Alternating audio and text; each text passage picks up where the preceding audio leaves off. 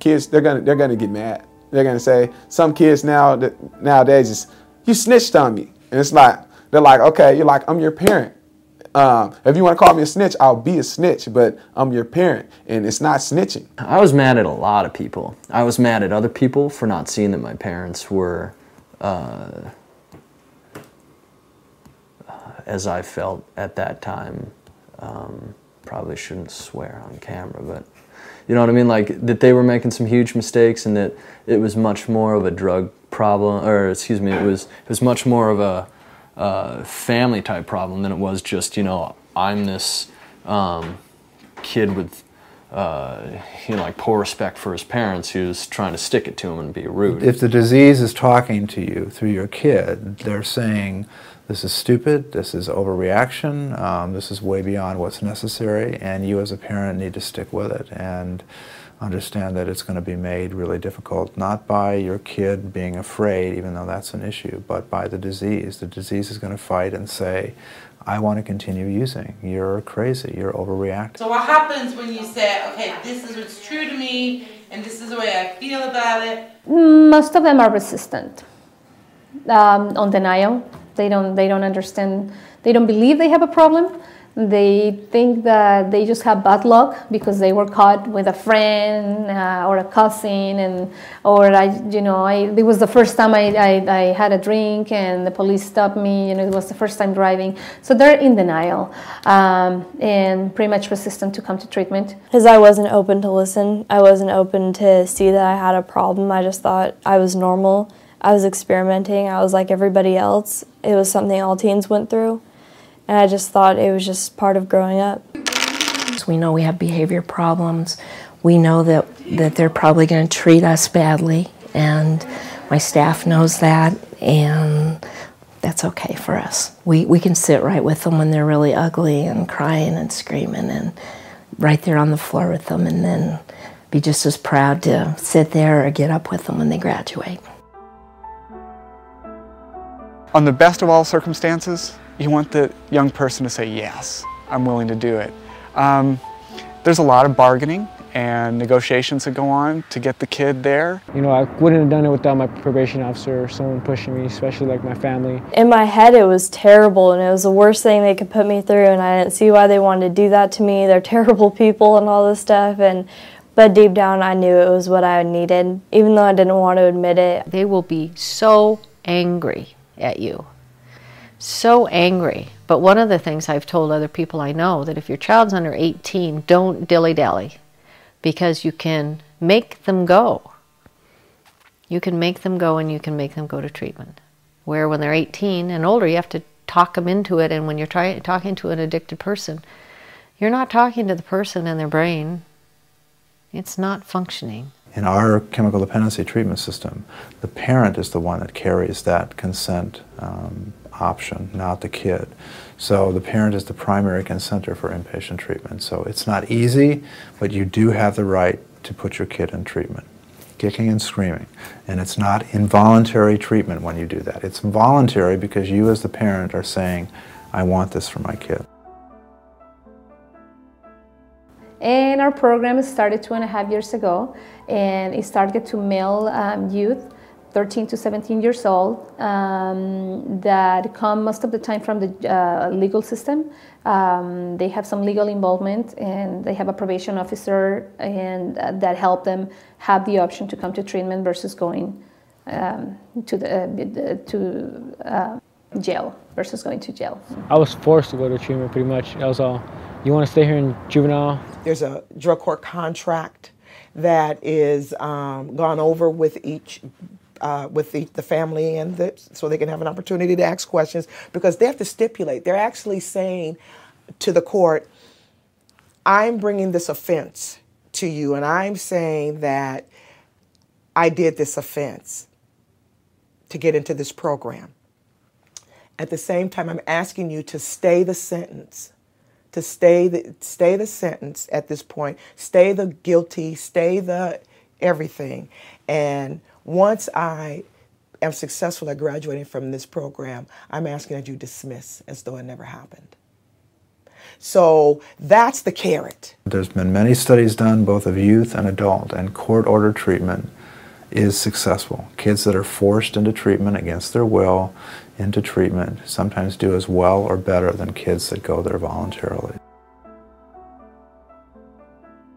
You should really ask for agencies that are set up to be adolescent-specific agencies. Adolescence is a specialty care, and people that provide chemical dependency services for adolescents should have specialty training. Everything is individualized, which makes drug court work. It's tailored to that family, that client, based on the information that we get weekly from the advocates. The needs of a 12-year-old are so different than the needs of a 17-year-old. Good treatment programs will do their best to provide services that are different for a 13-year-old and services that are different for the 15-year-old and different for the 17-year-old. There's certain parts of treatment that I want everybody to go through. How they go through that will be individualized. If I have a 17-year-old, I would expect her to be able to read and write and be more mature and cognitively aware of what I'm asking. If I have a 14-year-old, I'm going to change my expectations and the way that I help them work through their issues. At least in the last 10-15 years, we've really tried to promote gender-specific treatment. So young girls can go be with young girls, the boys can be with the boys, and they each can address their separate issues. Because sexuality is such a loaded issue with the teens, you kind of take that out of the equation.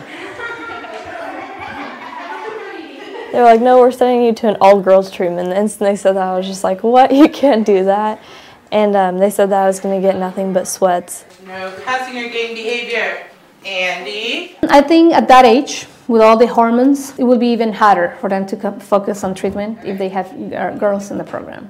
I think we definitely have an advantage of having a just male facility where they can concentrate on their treatment work. You know, she was trying to influence me getting to do it. If you have a child that doesn't have as many severe issues. So let's talk a little bit about support networks. It makes co-ed groups work a little bit easier because there's not these many highly volatile issues in the group. So I think as the more severe it is, the more the need for gender specific. When it's not as severe, I think people can do a pretty good job in a co-ed group.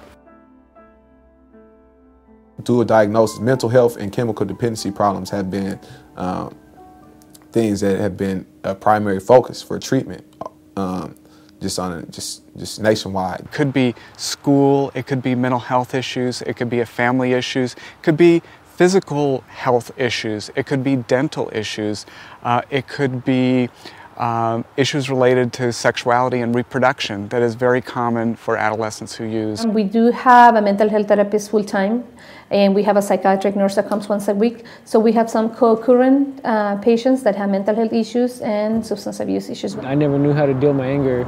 I barely found out that I have bipolar disorder, and I never knew that. And I got ADHD, and I never knew that either. So now I'm on some medication that keeps my anger level down and keeps my mood swings in control.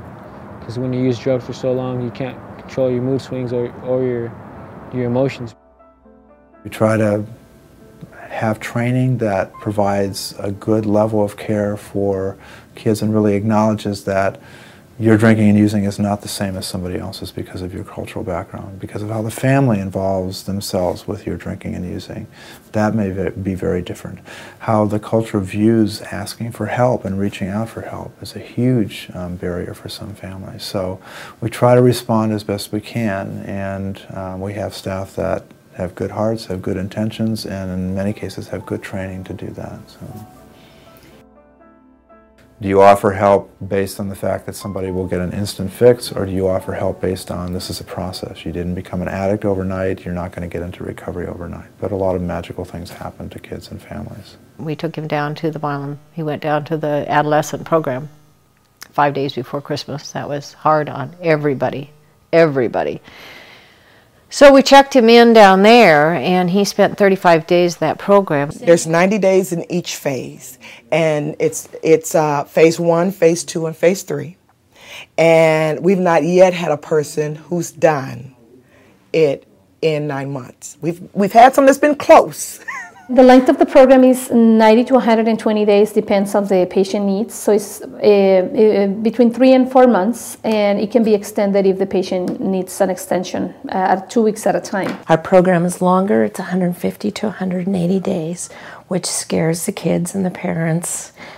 But it's a definite length of time that gives them time to get well, because they didn't become addicts living on the street and running away overnight. It took a while for them to get here. Kids who stay longer in treatment typically have better outcomes, and it's usually looked at about 90 days of treatment, whether that's inpatient and outpatient or all inpatient, that there's sort of a magical number that at 90 days the outcome gets better. So a lot of the treatment programs in the state of Washington have really worked hard on keeping kids into treatment longer, because they know that that kid is going to do much better. We get a lot of clients who come in and who are not really bought into the program. And so we spend a large amount of phase 1 in engagement. With an adolescent, the main thing between you and that young person is they got to be able to trust you. And one of the things that we've learned, and we learned that also in the research, is you have to engage, engage, engage, engage, and until they trust you, then you start talking to them about their issues. If you start talking to them right away about getting clean and sober, they're going to glaze over and start giving you the answers you want. I want to say the 8th day, I think, is when I started to trust her. And a lot of it was, you know, the other people in the room. We kind of, you know, people would lightly open up, you know, or, you know, slowly open up, and we all kind of got more comfortable together. There were some people who had been there longer than I had who were already talking and stuff, and I could see how they were interacting. And it wasn't a threatening type situation. They weren't trying to ram down my throat or any of the others' throats, you know. You need to quit, you're being a bad kid. It was like, you know, you need to quit, you're screwing up your life. They're going to have a lot of structure. Structure equals love in treatment. Rules equal love in treatment.